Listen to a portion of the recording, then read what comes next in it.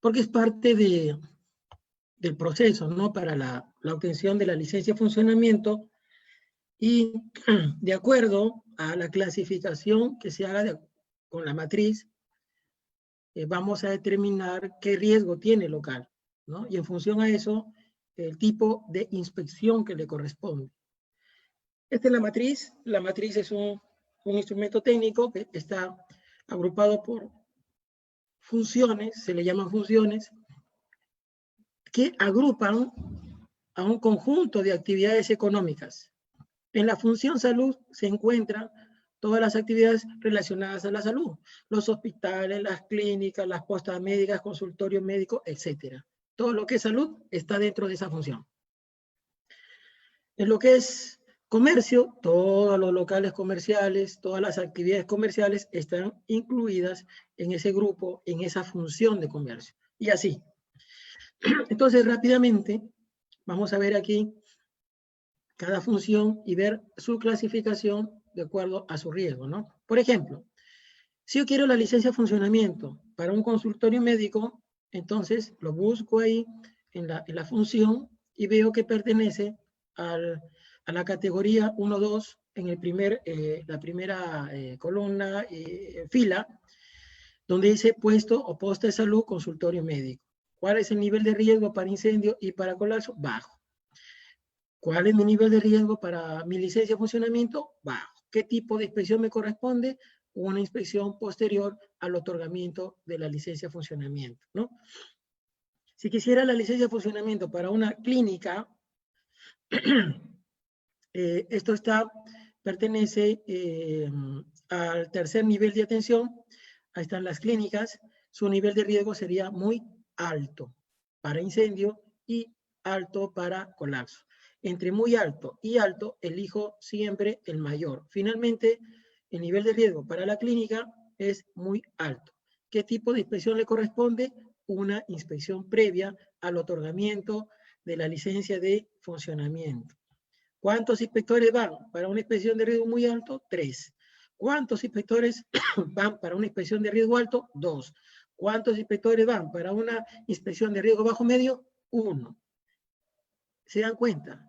La matriz me clasifica el tipo de inspección y a su vez sé qué licencia me corresponde, qué ICE me corresponde, cuántos inspectores van a ir y cuál es el procedimiento que se va a seguir. Tenemos la función encuentro, que agrupa a los establecimientos donde se realizan actividades relacionadas, pues, donde se reúne la gente por motivos culturales, religiosos, artísticos, etc. Y aquí se encuentran las discotecas, casinos, tragamonedas, está en función al aforo también, y ahorita que el aforo está, digamos, muy mencionado, ¿no? Y ahí quiero hacer una precisión, un pequeño paréntesis. El aforo está establecido para el tema de la ICSE, ojo, nosotros calculamos el aforo según el Reglamento Nacional de Edificaciones en base a la norma A130 de seguridad, del Reglamento Nacional de Edificaciones, ¿no? Ahí nos da los parámetros, los lineamientos, los índices para hacer los cálculos de aforo. Y básicamente nuestro aforo, el aforo de la ICE, tiene un enfoque de riesgos y lo que busca es que en el establecimiento haya una determinada cantidad de personas de manera que puedan evacuar de manera segura en caso de un incendio. Para lo cual, bueno, hay que respetar, pues, digamos, los medios de evacuación. El local tiene que tener pasadizos, digamos, que cumplan, ¿no? Que permitan la evacuación, las puertas de salida, las zonas de seguridad, la escalera de evacuación, etcétera, etcétera. Todo es un conjunto digamos, de requerimientos de seguridad, y entre ellos el aforo. Ese aforo del cual estoy haciendo referencia, señores, ese aforo no ha cambiado. Ese aforo sigue siendo el mismo. Ese aforo está en el Reglamento Nacional de Edificaciones, no ha cambiado. Pero, ¿qué pasa ahora a raíz de la emergencia sanitaria? Por decreto de urgencia, ¿no? Por resolución ministerial, por ordenanza municipal o decreto de alcaldía, ¿qué están haciendo? Al aforo del ICSE, al aforo del certificado, al aforo del Reglamento Nacional de Edificaciones, se le está castigando y se dice, bueno, ya no va a ser el 100% ese aforo, ahora va a ser el 50%. No, en otra municipalidad dice, no, ya no va a ser 50, va a ser 40%. ¿Por qué? Por el tema, pues, para evitar el contagio y evitar digamos, que el virus se siga propagando, y además hay que sumarle que hay 1 metro, ¿no? 2 metros, 1,5 metros de distancia, que son las medidas protocolos que ahorita se están cumpliendo. Eso es lo que está sucediendo, ¿ya? La resolución ministerial de vivienda le llama aforo temporal por emergencia sanitaria. Aforo temporal por emergencia sanitaria. Así se llama, ¿ya? Y es un porcentaje del aforo que está en el certificado de la ICSE.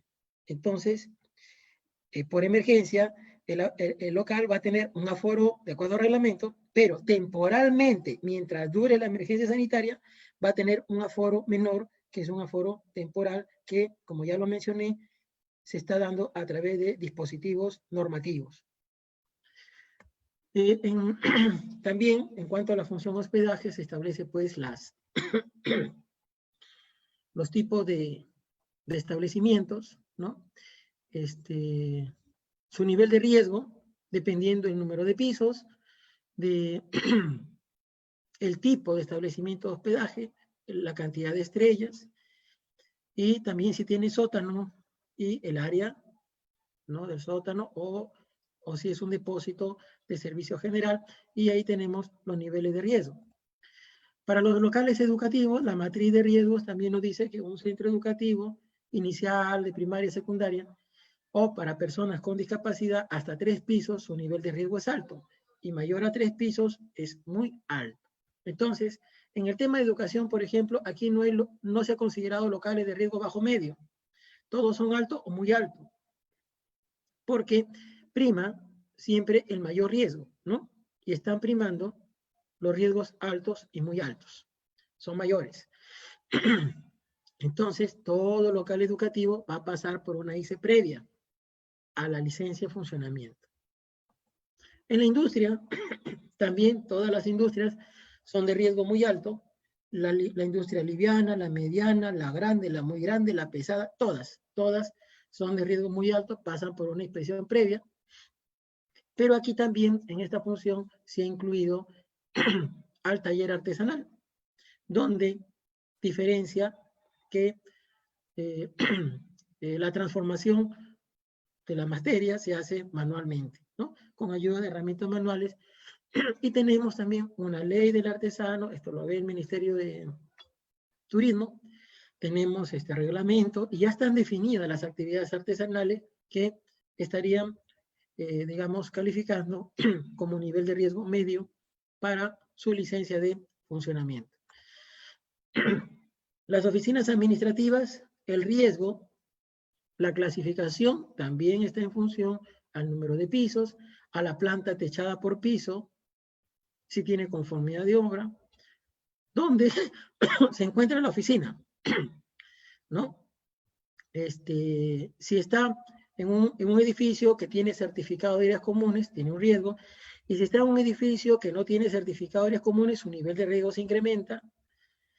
Y si la planta techada supera los 560 metros cuadrados, no importa el número de pisos, su nivel de riesgo es muy alto.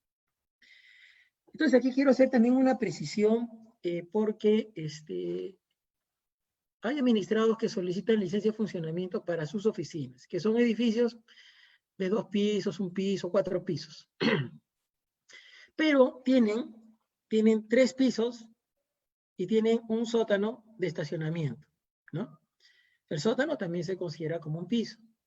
Entonces, si tiene 3 pisos y un sótano, son 4 pisos, para efectos de la evaluación del riesgo que hacemos por la matriz. Pero este estacionamiento es un estacionamiento,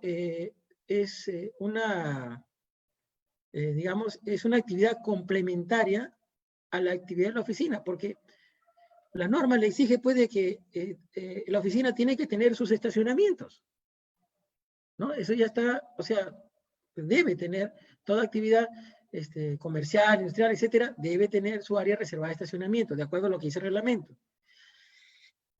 Entonces, este estacionamiento es de uso de la oficina de los trabajadores, ¿no? del local, y se considera todo como una oficina administrativa. Todo eso es, porque la oficina no solamente tiene estacionamiento, tiene su área, digamos, de su salón de reuniones, su sala de proyecciones, tiene su área de comedor, ¿no? Tiene su área de, no sé, de vestidores, el área de diversas áreas, ¿no? Y también tiene su área de estacionamiento. Pero a todo eso se le llama oficina administrativa, ¿no? Y como tal, tenemos que filtrarla por esta función de oficinas administrativas. La actividad comercial, igualmente, el riesgo está en función al número de pisos, al área techada total, si es un módulo, puesto o stand de un mercado, galería comercial o centro comercial, que tiene licencia de funcionamiento corporativa, su nivel de riesgo es medio. Si pasa los límites de pisos y área, su nivel se incrementa. Si son áreas e instalaciones de uso común, su nivel de riesgo es muy alto. El nivel de riesgo de un mercado, de un supermercado, de una galería, un centro comercial es muy alto, es decir, pasa por una inspección previa al otorgamiento de la licencia. Ahí van 3 inspectores, ¿no? A verificar el cumplimiento de las condiciones de seguridad. Esta es la función almacén de la matriz de riesgos, donde aquí agrupa aquellas actividades económicas, aquellos negocios que tienen como rubro el almacenamiento de mercancías y de productos, ¿no? Y también en esta función están las playas de estacionamiento. Entonces, no es el almacén o el depósito que tiene una zapatería. Los negocios, las zapaterías, uno va y está el área de exhibición y te gusta un zapato y le dices, tráeme este número. Va la persona a la parte posterior y tiene un pequeño depósito, almacén, donde están los zapatos, buscan tu número y te lo traen, ¿no? Pero ese depósito de la zapatería es un lugar complementario, ¿no? Es un ambiente complementario al negocio. Todo negocio tiene una área de almacén. Entonces, por eso, no quiere decir por eso que como tiene un almacén de la zapatería, yo lo voy a calificar por esta función de almacén. O porque tiene estacionamiento, como dije, la oficina que puse como ejemplo, lo voy a calificar dentro de esta función almacén. Porque aquí dentro de esta función también está la playa de estacionamiento. Entonces, ahí hay confusión. Hay confusión, ¿no? El almacén que se refiere a esta función 8 de la matriz de riesgo es el local que se dedica al almacenamiento de productos y de mercancías diversas. Que hay un montón de establecimientos que tienen ese rubro, ¿no? Esa es su actividad principal. Y también la playa de estacionamiento. Hay un montón de playas de estacionamientos que nos cobran, pues, ¿no? Por hora. Uno va, deja el vehículo y lo recoges, te cobran tu hora, tu media hora, ¿no? Esa es la playa de estacionamiento, porque ese es el negocio. La licencia es para almacén y la licencia es para playa de estacionamiento. No es el almacén de la zapatería, de la bodega y de la panadería. No es el estacionamiento de la oficina. No son esos, ¿no? Son negocios independientes con licencia de funcionamiento específico. El almacén o la playa de estacionamiento no tiene techo, su nivel de riesgo es alto. Y si tiene techo, el nivel de riesgo es muy alto. Se incrementa el riesgo.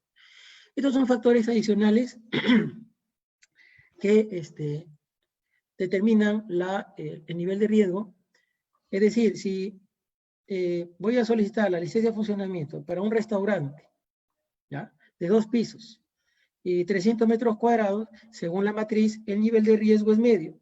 Pero si en la azotea de ese restaurante hay un tanque de GLP, como lo que vemos en la foto ahí, con un volumen superior a los 118 galones, entonces su nivel de riesgo ya no es medio, se incrementa a alto por tener el tanque de gas, por tener el caldero o tener un depósito de almacén de líquido combustible, ¿no? Entonces, estos elementos, este tipo de instalación de equipos hacen que el nivel de riesgo se incremente a alto o muy alto, perdón, solamente llega hasta alto.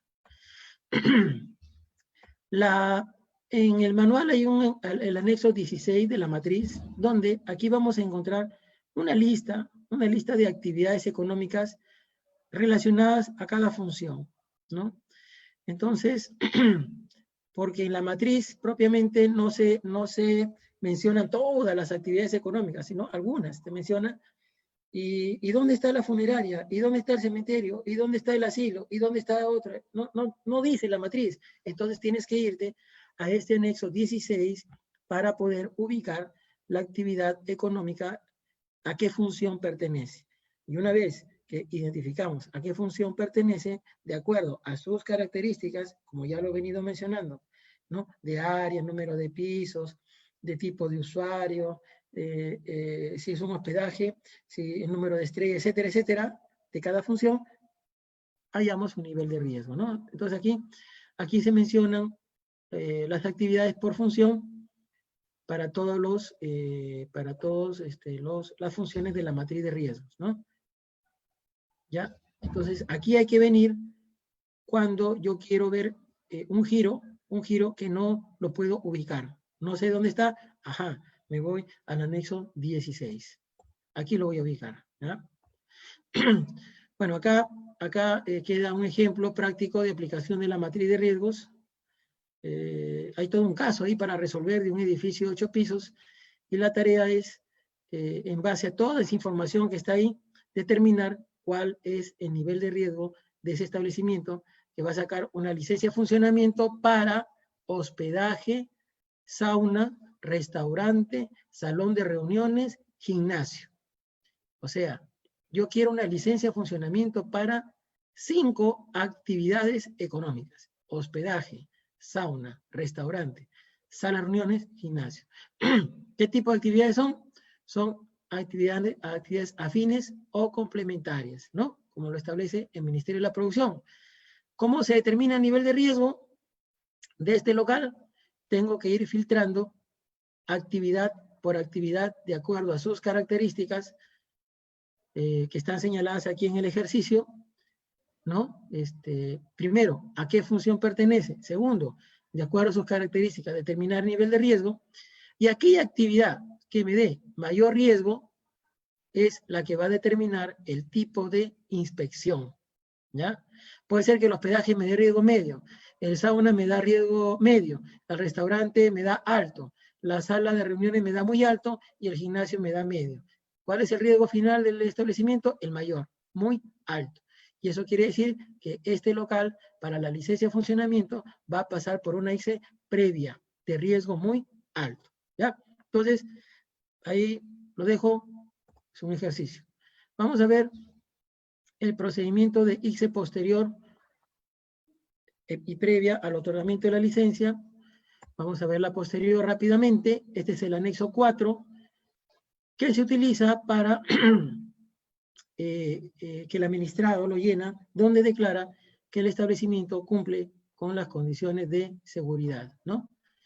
Este anexo 6 se utiliza para hacer la verificación del cumplimiento de las condiciones de seguridad. ¿Quién usa este anexo 6, este formato? El inspector o la inspectora, autorizado por el Ministerio de Vivienda, ¿no? Inscrito en el Registro Nacional de Inspectores Técnicos de Seguridad en Edificaciones, RICSE. El RICSE está en la página web del Ministerio de Vivienda. Allí se puede verificar si el profesional que está yendo a mi local a hacer la inspección está inscrito en el RICSE. Si está inscrito en el RICSE, es un inspector. Si no está inscrito en el RICSE, no es un inspector técnico autorizado por el Ministerio de Vivienda. Utiliza este formato para hacer la verificación, ¿ya? Aquí cada cosa que el administrado declaró es verificado por el inspector. En el formatos hay una celda, la he señalado ahí, donde el administrado puede manifestar su conformidad o su disconformidad con las observaciones que haya realizado el inspector o la inspectora. Entonces, aquí en este recuadro el administrado puede decir, bueno, sí, estoy de acuerdo con todo, muchas gracias, los felicito, hasta luego. O puede decir, no estoy de acuerdo con las observaciones. Por esta razón, ese recuadro es del administrado. Este es el anexo 9, que es el acta de diligencia, y se utiliza en el proceso de inspección para suspender la diligencia, no realizarla, o también para notificar al administrado las observaciones, y a través de esta acta se le da un plazo para subsanar en la inspección posterior y la previa al otorgamiento. En la posterior, el plazo máximo que tiene para subsanar son 3 días, y en la previa máximo 20 días. Y también en este anexo 9, el administrado puede manifestar su conformidad o disconformidad con las observaciones realizadas por el inspector. Este es el flujo de la ICE posterior para riesgo bajo medio, donde, lo que está en rojo es la parte de la licencia de funcionamiento, que ya está actualizado de acuerdo a la modificatoria del decreto legislativo 1497, donde la licencia se emite y notifica a los 2 días, ¿no? Antes, como les decía, era los 4 días, ahora son 2 días. Y en la parte azul tenemos el flujo del procedimiento de la ICE posterior. Al 7º día se hace la ICE, al 8º día el inspector entrega los formatos a la municipalidad, y máximo al 9º día el órgano ejecutante de la inspección devuelve el expediente al área de licencia de funcionamiento con la resolución, ¿no?, de ICE, señalando que el establecimiento cumple, ¿no?, o no cumple, cualquiera de los dos, con las condiciones de seguridad, y en caso de cumplir, además, emite un certificado de seguridad, ¿no? Entonces ahí tenemos un esquema muy rápido, muy didáctico, digamos, de cómo se realiza el procedimiento de la ICE posterior, ligado al procedimiento de la licencia de funcionamiento, de acuerdo a las últimas disposiciones. En la ICE previa al otorgamiento de la licencia, tenemos los requisitos que ya los había mencionado anteriormente, pero vamos a desarrollar aquí rápidamente. Se presenta el croquis de ubicación.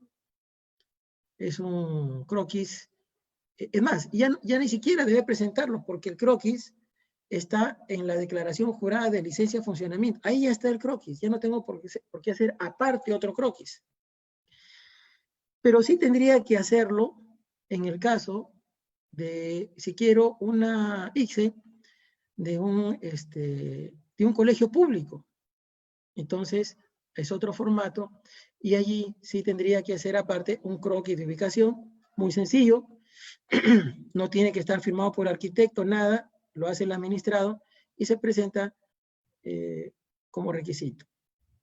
El plano de arquitectura de la distribución existente y detalle de cálculo de aforo, esto sí, tiene que ser hecho por un arquitecto colegiado habilitado, lo firma, lo sella, de acuerdo a lo que establece el manual, y el cálculo de aforo, ya lo mencioné, se hace de acuerdo a lo que dice el Reglamento Nacional de Edificaciones, la norma A130 de seguridad, y cuyo enfoque es que las personas que están en ese establecimiento, la cantidad sea la adecuada, de manera que puedan evacuar en caso de un incendio. Ese es el concepto del cálculo de aforo que está en nuestro reglamento. Y en el manual están unos ejemplos en los anexos del manual de inspección técnica, donde se desarrollan, pues, cálculo de aforo para restaurante, discoteca, tragamonedas, para centro comercial, para mercado, para hospedaje, etc. Hay muchos ejemplos ahí. Se pide el plano de distribución de tableros eléctricos, diagramas unifilares y cuadros de cargas, firmado por un ingeniero electricista o mecánico electricista colegiado y habilitado. El plan de seguridad del establecimiento objeto de inspección. Aquí se conforma un comité de seguridad, ¿no?, y brigadas que van a actuar, o sea, tienen que tomar acciones de prevención y de atención en caso se produzca una emergencia o se materialice algún riesgo, ¿no? Ocurre un sismo, tienen que evacuar. Si hay un amago de incendio, tienen que evacuar, ¿no? Si hay alguien se accidentó, una electrocución, hay que atenderlo, hay que darle primeros auxilios. Entonces, de acuerdo a los riesgos que se presentan, tienen que estar preparados, tiene que haber una organización. Aquí también quiero hacer una aclaración. Porque ahora, a raíz de la pandemia, se está pidiendo, pues, que los locales tengan sus protocolos de seguridad, ¿no? Y salud. Pero eso no es parte de la ICSE, ¿ya? Lo que está haciendo el gobierno es pedir estos protocolos y le está dando la responsabilidad de este protocolo de seguridad ¿a quién?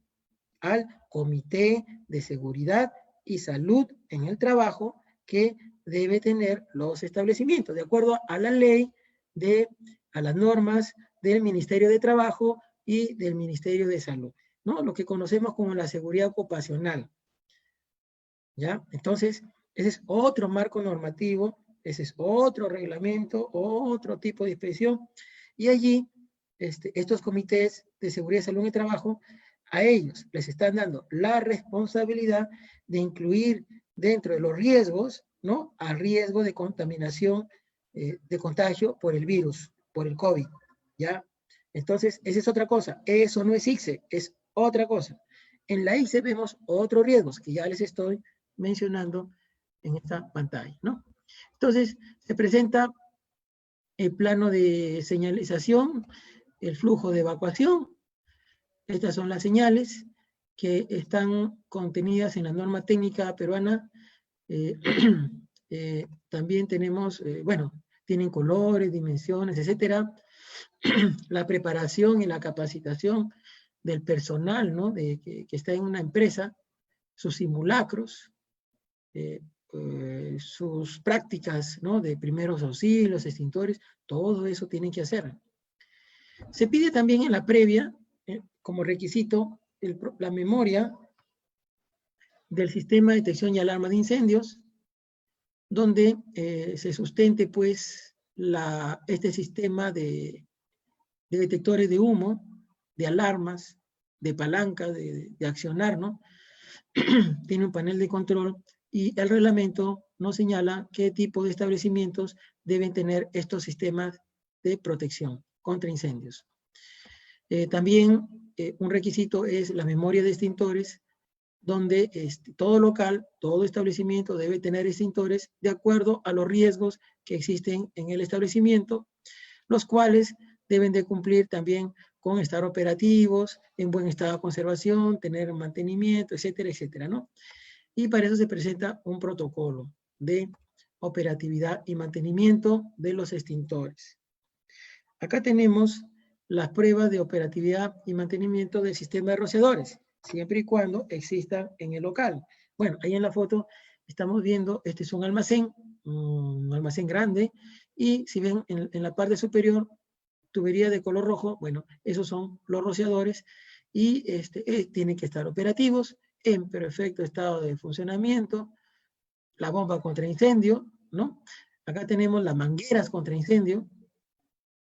Es común encontrar esto también en los centros comerciales. El reglamento nos dice qué establecimientos tienen la obligación de tener estos sistemas de seguridad, pero para solicitar la licencia de funcionamiento, el administrado tiene que presentar un protocolo de operatividad y mantenimiento de estos sistemas que se encuentran operativos.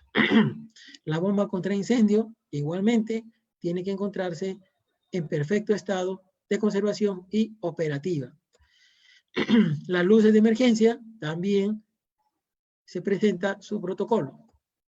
Las puertas cortafuego, si es que hubieran en el establecimiento, estas se colocan pues en las escaleras de evacuación o en los espacios compartimentados que pueden haber, por ejemplo, en los hospitales o en los centros de salud, las clínicas, que lo exige el Reglamento Nacional de Edificaciones. También los protocolos de operatividad y mantenimiento de los sistemas de presurización de escaleras de evacuación. Estos son sistemas que permiten que las personas, en caso de un incendio, puedan evacuar de manera segura a través de estas escaleras de evacuación. Son especiales, son de material resistente al fuego, mayormente se hacen de concreto armado, ¿no? Tienen puertas cortafuego, tienen un sistema de presurización de aire, se les inyecta aire al interno a través de un motor, ahí una figurita, donde se inyecta aire para ejercer una presión contraria y evitar que el humo pueda entrar a la escalera, y todo esto es un sistema que existe en los establecimientos de acuerdo a las exigencias del Reglamento Nacional de Edificaciones. Por ejemplo, el Estadio Nacional, ¿no? Todos conocemos el estadio, tiene no sé cuántas, es que tendrá unas 20 escaleras de evacuación de este tipo, que dan a los palcos y también a las tribunas. Por ejemplo, ¿no? Y les pongo un ejemplo donde hay estas escaleras de evacuación y tienen estos sistemas de presurización. Y es un estacionamiento en sótanos y tiene un sistema de extracción de monóxido de carbono, también debe presentar una prueba de operatividad que esto está funcionando correctamente.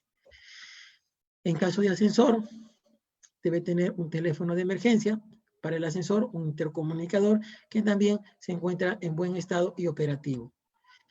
Entonces, fíjense, hasta allí son los requisitos que se piden para pasar la inspección previa al otorgamiento de la licencia. Son varios, ¿no? Son varios, y depende de lo que tiene el administrador en su local, presenta uno u otro requisito.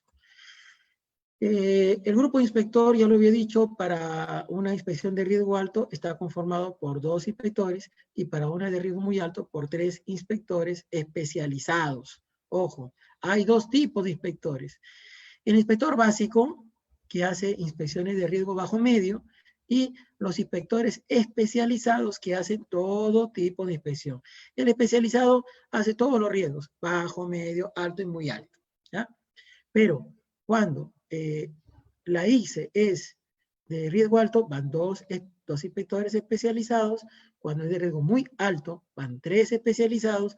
Y cuando es de riesgo bajo medio, va uno, que puede ser básico o especializado. Este es el anexo 9, también, que se utiliza para la inspección previa, ya lo mencioné, tiene el mismo uso para suspender la diligencia, para no realizarla, por los motivos que están señalados en el reglamento.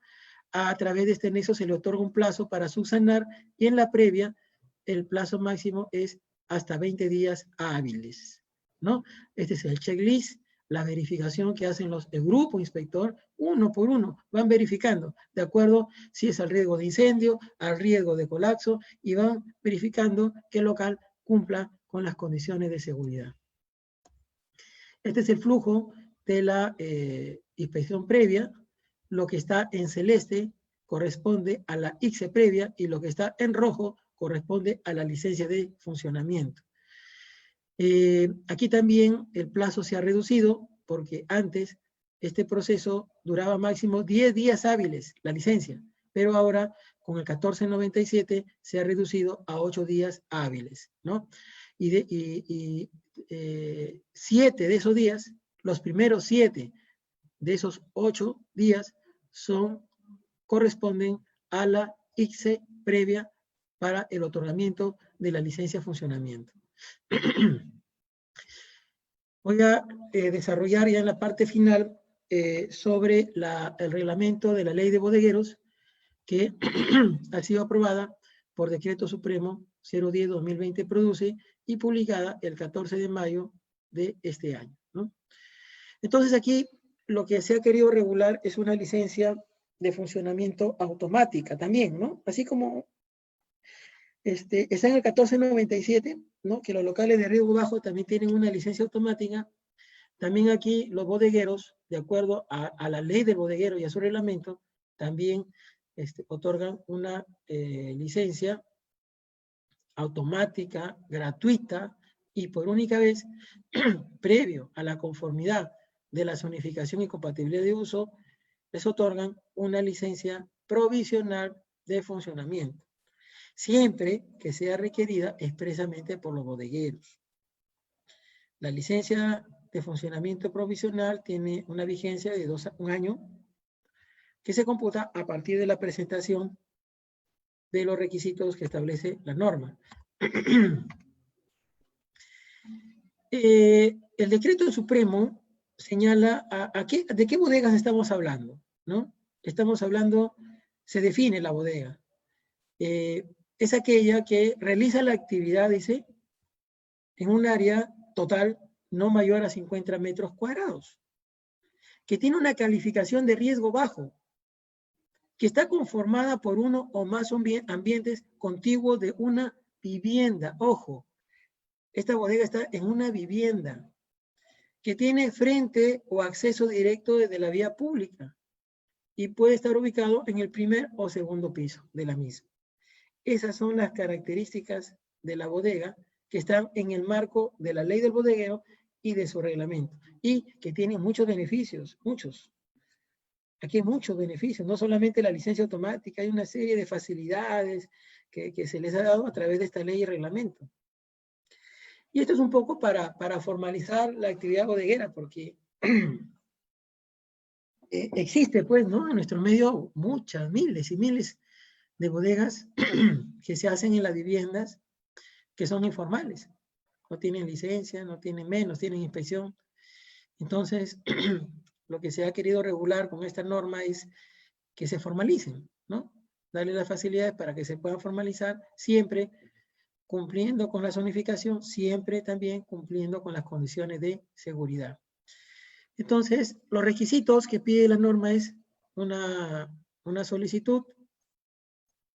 Ahí está el formato, ya fue publicado con el decreto supremo para que soliciten la licencia de funcionamiento, los bodegueros, y la declaración jurada de cumplimiento de condiciones de seguridad de la bodega, conforme a las condiciones de seguridad que establezca el Ministerio de Vivienda, Construcción y Saneamiento, ¿no? Entonces, aquí el Ministerio todavía tiene que emitir la declaración, la declaración jurada de cumplimiento de condiciones de seguridad.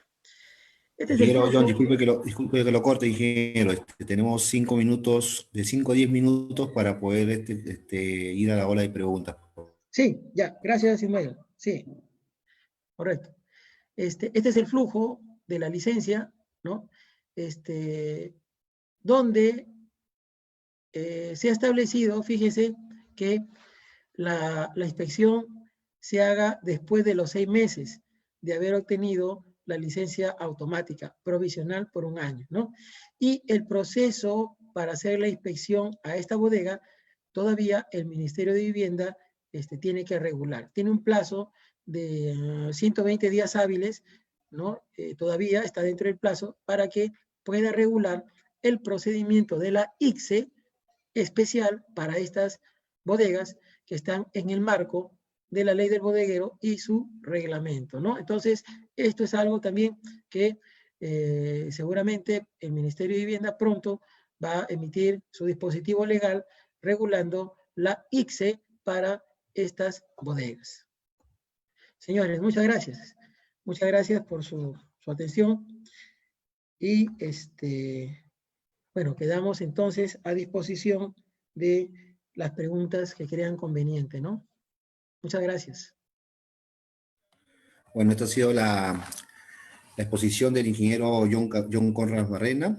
Muchas gracias, ingeniero, por la exposición y por el curso que nos ha brindado, que ha sido de mucha utilidad, digamos, ante esta situación un poco complicada, que han venido muchos cambios que tenemos que estar familiarizándonos en estos momentos, ¿no? Incluyendo estas plataformas virtuales que al parecer pues, han sido mayor acogida que en forma presencial. Así que la felicitación del caso por esta exposición, ingeniero John. Más bien a los participantes que están levantando la mano, Darío, si estás acá en línea, por favor, si me puedes apoyar, no sé cómo es la dinámica para el tema de las preguntas. Sí, en primer lugar vamos a dar pase a Jessica Rodríguez para que pueda hacerle una pregunta al ingeniero. Señorita Jessica, por favor. Sí, buenas noches. Quería consultar, Nos había indicado que habían algunos certificados que se mantenían vigentes todavía de la 048-2014, que fueron modificados por el decreto 064-2018 y que iban a permanecer vigentes, por ejemplo, hasta el 31 de octubre de 2020. ¿Esos certificados todavía pueden prorrogar un año más o esos no entran? Ya, esa es una buena pregunta. Mira, lo que dice la ley, el decreto legislativo, ¿qué certificados se prorrogan, no? ¿Cuáles son aquellos que su vigencia se prorroga por un año más? Señala que son los nuevos certificados de ICSE, el nuevo certificado de ICSE que vence durante el periodo de la emergencia sanitaria, ¿ya? Automáticamente su vigencia se prorroga un año más, ¿ya? Entonces, si estamos hablando de un certificado de la 058, ¿no? No es un nuevo certificado, pues es un certificado de la 058. El nuevo certificado se refiere al certificado del Decreto Supremo 002. Todos los de la 002 que vencen durante el periodo de emergencia, y todos los días se están venciendo, todos los días vencen, se prorrogan automáticamente su vigencia un año más. Eso es lo que dice el decreto legislativo. Bien, el señor Alfredo, por favor, su pregunta.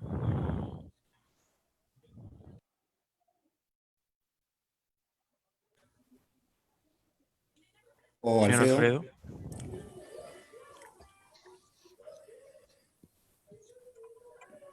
¿Me escuchas? Sí, positivo, ingeniero Alfredo. Le escuchamos. Sí, deseo saber en qué documento legal se encuentra el criterio para yo seleccionar el área con que determino una licencia de funcionamiento, ya que siempre existen problemas entre el área que uno toma para la licencia de funcionamiento y el área para el certificado de defensa civil. Y eso ocurre muchas veces. Por favor. Muy bien, muy bien. Fíjate,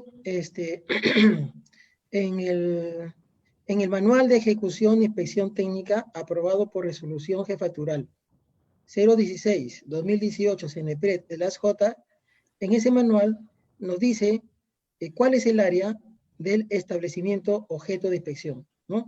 Y lo define como el área ocupada, ¿ya? El área ocupada es el área que se utiliza para el desarrollo de la actividad, que puede estar techada o puede ser que no tenga techo, ¿ya? La suma de ambas áreas, si es, digamos, si corresponde, nos da el área ocupada del establecimiento. Te doy un ejemplo. Por ejemplo, si yo tengo una bodeguita, ¿no? Que está en primer piso, y bueno, una bodega, estamos hablando de la ley de bodeguero, ¿no? En una vivienda, etcétera, bueno, tiene 20 metros, 30 metros cuadrados de área, ¿no? Entonces, esa es su área techada, es su área ocupada, y a esa área le van a dar la licencia de funcionamiento por los 20 metros, 30 metros, y el área va a coincidir con el área también de la ICSE, ¿no? Porque también es la misma área. Ahora, la norma señala, el manual, que no necesariamente el área de la ICSE, ojo, el área de la ICSE debe coincidir con el área de la licencia de funcionamiento, con el área de la licencia de edificación, con el área catastral, con el área del autovalúo, con el área de, no sé, de la declaratoria de fábrica, con el área de la conformidad de obra. ¿Sabes por qué? Porque cada área tiene su propio uso, su propia regulación, su propia norma, ¿no? Y lo que se ha precisado en el manual es que no necesariamente, puede ser que coincida, puede ser que no, pero no es una obligación ni necesariamente deben coincidir las áreas, ¿ya?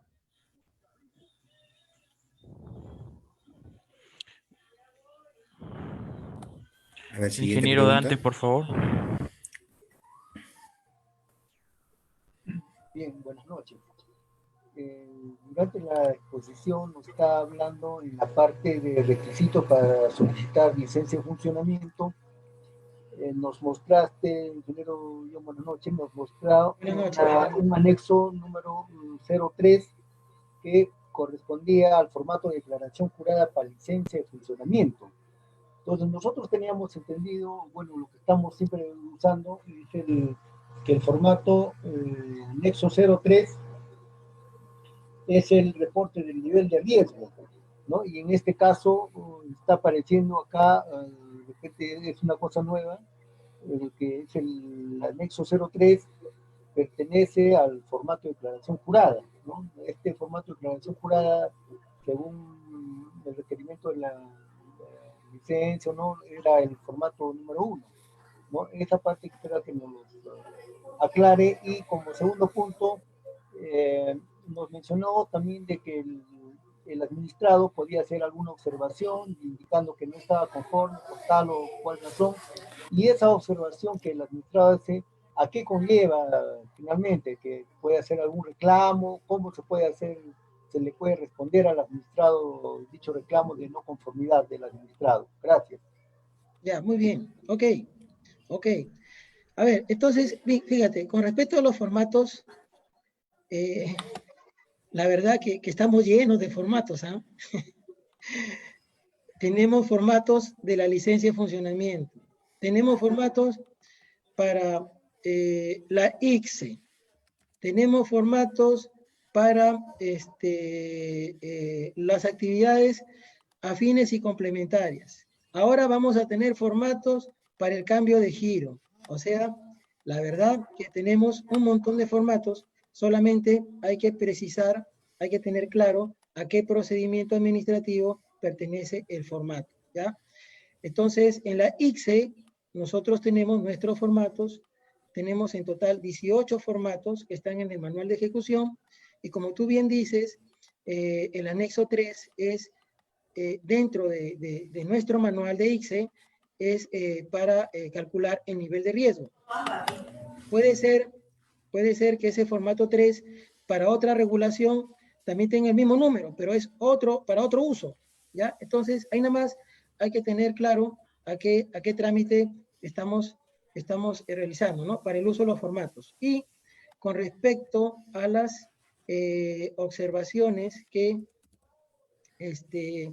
pueda hacer el administrado, esa es una situación que está contemplada en el reglamento de inspección técnica, que si el administrado no está conforme, no está de acuerdo con la observación que ha hecho el inspector o el grupo inspector, lo puede expresar a mano alzada, lo escribe ahí en el formato, no estoy de acuerdo, manifestando la razón por la cual no está de acuerdo con la observación del o los inspectores. ¿Cuál es el proceso que conlleva esto?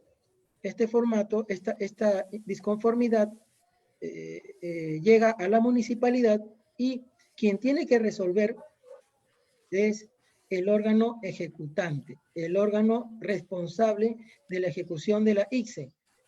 Tiene que resolver esta disconformidad, porque el inspector dice A, el administrado dice B. ¿Quién define? La municipalidad, el órgano ejecutante, y eso lo tiene que consignar en la resolución que finaliza el procedimiento de la ICSE. Eso se encuentra establecido en el manual de ejecución. Ingeniero Jesse, su pregunta, por favor.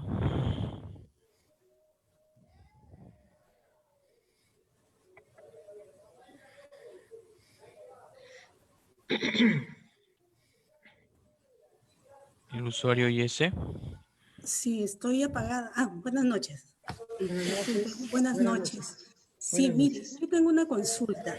Existen muchas entidades del Estado que tienen un área de atención a los contribuyentes, ¿no?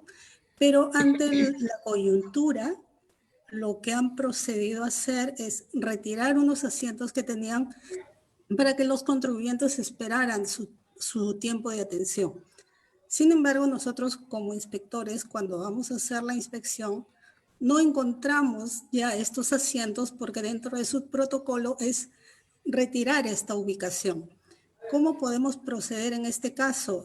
Porque no les podemos exigir que ponga el mobiliario de acuerdo a su estado original, ¿no? ¿Hay alguna salida, pedirles que hagan una declaración jurada o de todos modos les vamos a exigir que responda a su plano presentado? Gracias. Ya, correcto. Bueno, ese es un tema ya, digamos, propio del desarrollo de la inspección a cargo del inspector o del grupo inspector. En el manual, en el reglamento y el manual de inspección señala que el establecimiento debe encontrarse implementado para el desarrollo de la actividad, ¿no? Como lo dije también hace un momento en la exposición. ¿Qué significa estar implementado? También está definido que no debe estar en proceso de construcción, remodelación, cambio de uso, etcétera. Debe tener el mobiliario necesario para el desarrollo de la actividad. Ojo, y hay que tener ahí presente una cosa, ¿no? En cuanto al mobiliario. También debe tener, si tiene, digamos, las máquinas o los equipos eléctricos, electrónicos, que necesita pues para la actividad, ¿no? Si, por decirte, si es un gimnasio, debe tener la máquina del gimnasio. Si es un taller de costura, debe tener la máquina de costura, ¿no? Si es una oficina, ojo, pero ahí el reglamento, en cuanto al mobiliario, dice el mobiliario básico para el desarrollo de la actividad, ¿no? Entonces, en una oficina administrativa, ¿cuál es el mobiliario básico? Sería el escritorio, ¿no? Y la silla para que se siente, pues, ¿no? Digamos, en la oficina. Mobiliario básico. El mobiliario básico sería, no sé, por decirte, una pizarra, un ecran. O sea, el inspector lo va a jalar porque no tiene el ecran, no tiene la pizarra, no tiene el perchero, no, eso no es parte del mobiliario básico. Lo que se exige es que tenga el mobiliario básico para la actividad, que defina su aforo y que defina también, digamos, la ruta de evacuación, ¿no? Eso está en el manual. Y eso queda a evaluación de los inspectores o los inspectores al momento de realizar la inspección, ¿ya? Esa es la manera de proceder. El ingeniero Carlos Vigil, por favor, su pregunta.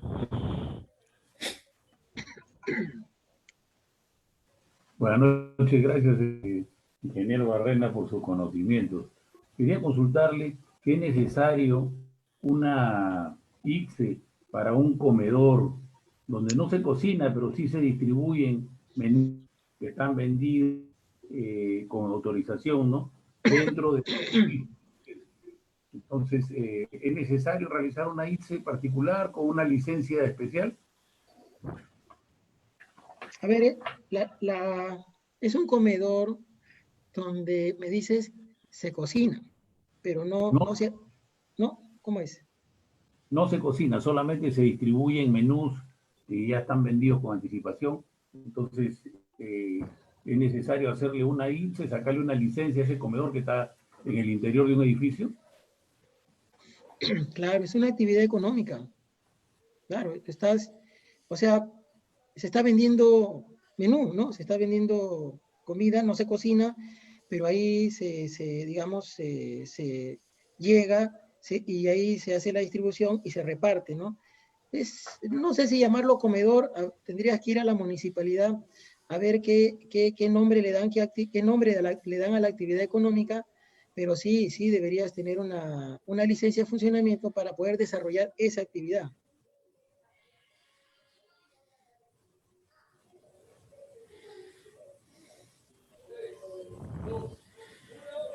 El usuario Ciesa Vázquez.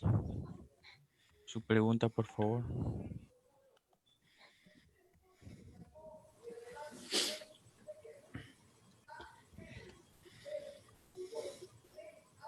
Buenas noches, ¿qué tal?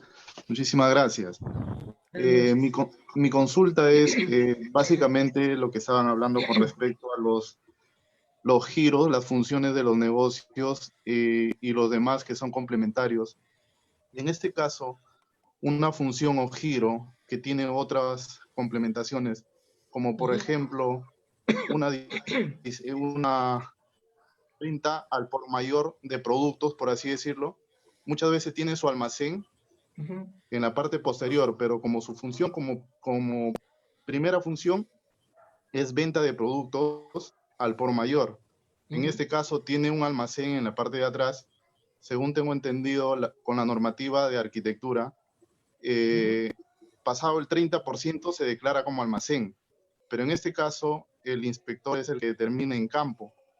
Pero una vez que pase eso, muchas veces el administrado nos dice, ¿por qué no me han avisado antes? Si yo voy a declarar que mi función es venta y está como función comercio y está como un riesgo medio, pero al declararles si pasa el 30% con un tema de almacén, que ellos puedan tener, pasa como un riesgo muy alto. Si el caso fuera que el almacén, o en este caso el establecimiento, sea todo techado. Como también pasa en otras funciones, como es la función hospedaje, se sobreentiende que la función de estacionamiento es parte complementaria, pero muchas veces se llega a tener un hostal que tiene 3 pisos, y en el primer piso es todo estacionamiento, segundo piso es hospedaje y el tercero también. Bueno, en este caso los cuartos, ¿no? Entonces, si se estaría pasando el 30% del espacio, por así decirlo, según la normativa de arquitectura, que según tengo entendido, que en base a eso también CNPRE se ha guiado para poder hacer la función matriz. Entonces, ¿cómo determinaría en ese caso para determinar un nivel de riesgo? Esa es mi pregunta, y la otra es en el tema del nuevo decreto del 1497, que ha hecho las modificaciones en base a la prórroga de un año más. La consulta es que normalmente han habido partes donde se ha ido alargando el tema de la cuarentena. Primero se dio algo de 30 días y de ahí se fue prolongando. ¿Es para todo el estado de emergencia que se está dando o solamente es hasta el 10 de mayo como estaba tratando de leer y poder también dar una buena información a los administrados? En este caso lo hago la pregunta porque quisiera de alguna manera dar una buena información y no caer en el error de repente estar dando una mala información hacia los administrados, ¿no? Y poder quedar bien con la entidad más. Ok, por favor, un poquito de brevedad porque hay bastantes personas que quieren preguntar. Muchas gracias, ingeniero. Le agradezco la pregunta. A ver, fíjese, con respecto a la licencia de funcionamiento para una actividad, ¿no? Tú has puesto 2 ejemplos. Yo tengo un local comercial o sea, como parte de la actividad que desarrollo, tengo mi área de exhibición, de venta, y también tengo un área de almacén. Pero esa área de almacén o depósito es digamos, un tema complementario a la actividad principal, porque tengo área de venta, área de almacén, tengo el área de, no sé, de comedor, de vestidor, de baños, tengo el área administrativa, la oficina, es así. O sea, cuando hablamos de un local comercial, hablamos de una serie de ambientes y de usos distintos que se van dando, que complementan la actividad principal, ¿no? Así tiene que verse para efecto de poder determinar el nivel de riesgo con la matriz y posteriormente cuando él o los inspectores van al establecimiento, también esa es la manera de poder verificar. Ahora, es distinto, sería distinto. ¿Cuándo puede ser distinto esto, no? Cuando tú me dices que tienes un local comercial y tienes un almacén, pero en realidad lo que tú estás haciendo son 2 actividades. Estás haciendo 2 actividades económicas distintas en un mismo local, porque por un lado vendes y por otro lado recibes mercadería porque almacenas mercadería de los, ¿no? digamos, de clientes, y también estás cobrando, digamos, ¿no? por almacenar tu mercancía. En ese caso, sí, pues ahí serían 2 actividades, sería comercio y sería, digamos, en la función comercio, y la otra sería función almacén. Y tu licencia no debería ser comercio, debería ser una licencia para comercio y almacén, ¿no? Porque estás desarrollando 2 actividades económicas, ¿ya? Entonces, hay que verlo así. hay que verlo de esa manera, ya para no confundirnos. Y en el otro caso, que hablaba del hospedaje, que el hospedaje tiene un estacionamiento que es propio del hospedaje, es de su propio uso, de sus clientes. No tiene, o sea, el hospedaje tiene estacionamiento, tiene recepción, tiene habitaciones, tiene baños, tiene oficina, tiene ya, es parte, todo es, los usos, digamos, son complementarios a la actividad principal. Y distinto fuera que tú tienes un hospedaje y en el primer piso, como dijiste, tienes estacionamiento, pero que no son para el hospedaje, sino que alquilas estacionamiento, vienen y te pagan por las horas, ¿no?, de estacionamiento, de cochera. Entonces, ahí no, pues, ahí tienes dos actividades, tienes hospedaje y tienes cochera. En ese caso, la licencia tiene que ser para hospedaje y para cochera, ¿ya? Y con respecto al estado de emergencia, bueno, ahí la verdad que yo reviso el peruano, el diario oficial del peruano, y creo que ya pasaron más de 1000 normas, que han salido publicadas a raíz del estado de emergencia, emitidas por el gobierno nacional, por los gobiernos regionales y por los gobiernos locales. La verdad que hay que hacer un seguimiento y entender toda la normativa que se viene emitiendo todos los días para saber efectivamente hasta cuándo va a durar ese estado de emergencia, hasta cuándo se aplican los procedimientos administrativos, hasta cuándo es el silencio positivo. La verdad que ahí sí hay que hacer una revisión minuciosa, ¿no? Y ver efectivamente cómo se van dando estas fechas, ¿ya? Eso es lo que hay que hacer. Ingeniero John, solamente nos quedan 5 minutos quizás para una pregunta más. Sí. Yo sé que han quedado muchas preguntas en el tintidillo, así Sí. que el tiempo es corto en el Zoom. A ver, Darío, ¿a quién nos toca darle pase, por favor? Sí, al usuario Walter Ponce, por favor. Listo. Muchas gracias. Buenas noches. Sí, buenas noches. Sí, ¿me escuchan? Ingeniero Ollón, buenas noches. Sí, buenas noches. Para consultarle puntualmente sobre el tema de las vices. Normalmente en todas las municipalidades en el Tupa se ha previsto el cobro por las IPSE, ¿no?, a los establecimientos, pero en este caso con la normatividad que ha salido el decreto legislativo 111, nos están diciendo que hay que hacer una fiscalización posterior para el cambio de giro y solamente es una vice. Entonces, estas vices que no están en el TUPA, seguramente lo vamos a tener que incorporar para que se pueda cobrar, o es que la municipalidad, con una fiscalización posterior, va a realizar sin cobro alguno a los administrados. Muchas gracias. Yeah. Listo, ingeniero John, bien, muchas gracias a la participación de todos. Ha habido bastante acogida, digamos, en esta exposición, muy buena exposición, ingeniero, las felicitaciones del caso. Más bien, las preguntas que han quedado en el aire, digamos, en corto, digamos, en el Zoom es un poco complicado como la televisión. Sin embargo, digamos, hay personas que se vienen haciendo las consultas en el chat sobre el tema de los certificados.